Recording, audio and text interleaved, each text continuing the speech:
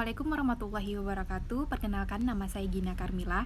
Di sini saya akan menjawab pertanyaan ujian tengah semester mata kuliah Bahasa Indonesia. Soal yang pertama yaitu, jelaskan manfaat yang Anda peroleh ketika mempelajari materi mata kuliah Bahasa Indonesia. Menurut saya, bahasa merupakan alat atau media untuk berkomunikasi yang digunakan suatu kelompok guna sebagai alat komunikasi, berinteraksi, dan sebagai identitas bangsa dan juga diri sendiri. Bahasa Indonesia adalah bahasa yang digunakan oleh bangsa Indonesia sebagai alat pengembangan ilmu pengetahuan, kebudayaan, dan bahasa pemersatu bangsa, dan sudah diikrarkan pada tanggal 28 Oktober 1928.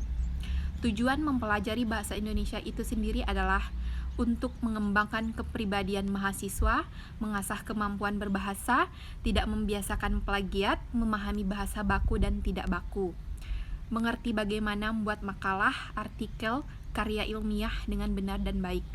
Dan masih banyak lagi manfaat dari mempelajari bahasa Indonesia, seperti menumbuhkan jiwa nasionalisme terhadap bangsa, cinta produk negeri sendiri, dan masih banyak lagi. Dan juga kita sebagai mahasiswa perlu pemupukan yang lebih, karena kuliah yang kita lakukan akan berujung pada sebuah penelitian, dan penelitian pasti dituliskan dengan bahasa Indonesia yang baik dan benar. Baiklah, kita lanjut ke soal nomor 2. Soalnya adalah, jelaskan tips menyusun kalimat supaya menjadi kalimat efektif. Beberapa tips untuk menyusun kalimat efektif agar kalimat tersebut memenuhi kaidah bahasa yang benar sebagai berikut. Pertama, kesatuan gagasan.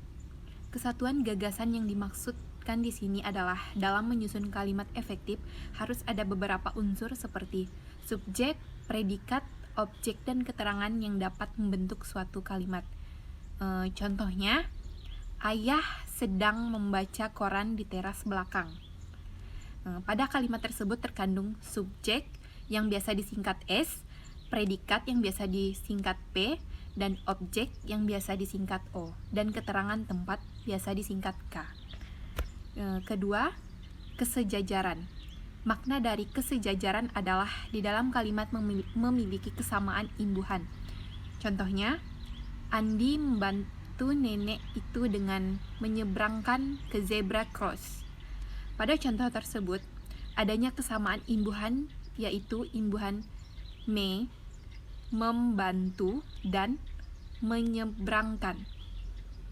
Ketiga, kehematan. Dalam penyusunan kalimat efektif, tidak perlu menggunakan kata-kata yang tidak diperlukan yang berlebihan. Contohnya, buah-buahan apel, durian, nanas, serta pisang sangat disukai oleh Ani. Kata buah-buahan tidak diperlukan dalam penyusunan kalimat efektif. Seharusnya kalimat tersebut yaitu apel, durian, nanas, serta pisang sangat disukai oleh Ani. Keempat, penekanan. Penyusunan kalimat efektif harus ada penekanan karena pendengar dan pembaca mengerti apa yang ditekankan dalam kalimat tersebut. Kelima, kelogisan. Logis atau masuk akal. Jadi, dalam penyusunan kalimat unsur-unsurnya harus berhubungan. Contoh, Ibu Direktur, saya persilahkan naik ke podium. Jadi, itulah unsur-unsur yang harus ada dalam penyusunan kalimat efektif. Kalimat efektif penting sekali untuk dipelajari karena nantinya akan berkaitan di dalam kehidupan sehari-hari.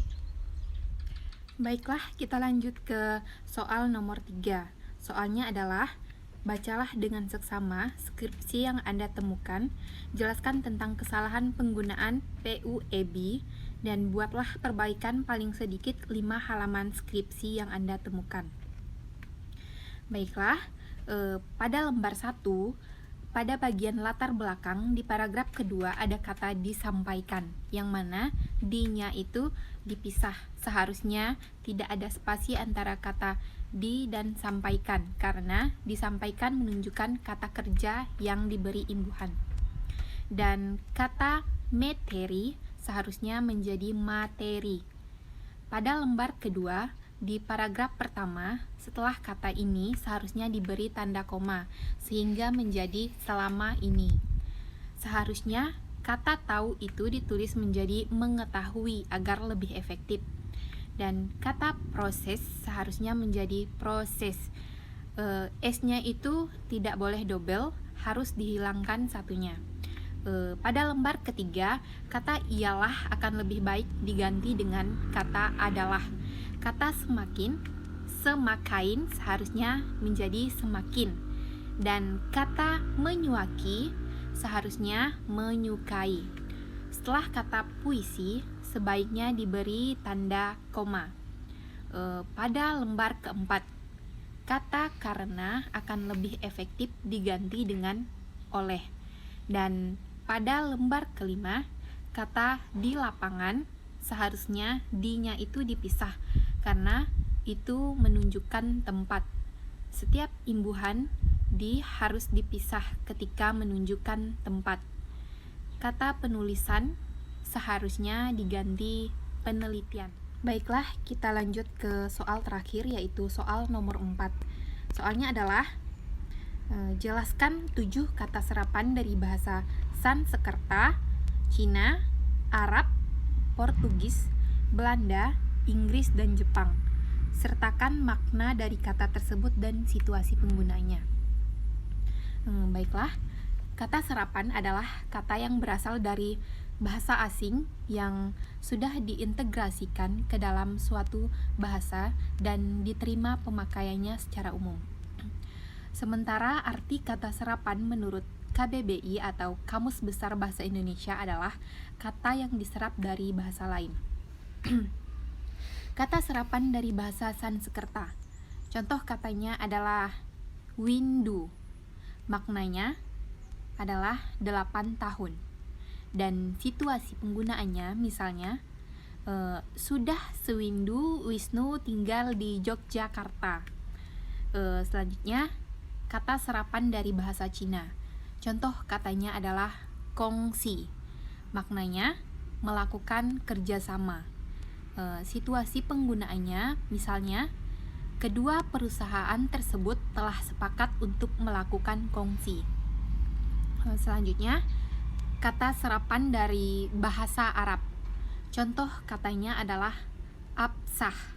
Maknanya sesuatu yang berlaku.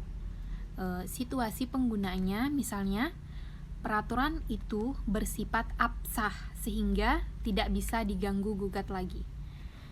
Selanjutnya kata serapan dari bahasa Portugis. Contoh kata serapannya adalah carambol. Asal katanya yaitu carambola. Maknanya yaitu sebuah permainan yang dimainkan dengan cara menjentikkan lempengan bundar yang terbuat dari kayu ataupun plastik.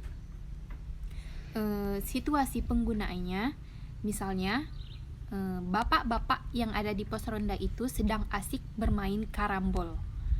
Selanjutnya kata serapan dari bahasa Belanda. Contoh kata serapan bahasa Belanda yaitu aklamasi. Asal katanya aclamati. Maknanya pernyataan setuju secara lisan dari seluruh peserta rapat dan sebagainya terhadap suatu unsur tanpa melalui pungutan suara. Dan situasi penggunaannya misalnya Pak Dedik terpilih secara aklamasi sebagai rektor baru Universitas Harapan Bangsa. Selanjutnya kata serapan dari bahasa Inggris. Contoh katanya adalah detail. Maknanya dengan sangat terperinci. Situasi penggunaannya misalnya desain bangunan itu dia rancang dengan sangat detail. Selanjutnya kata serapan dari bahasa Jepang.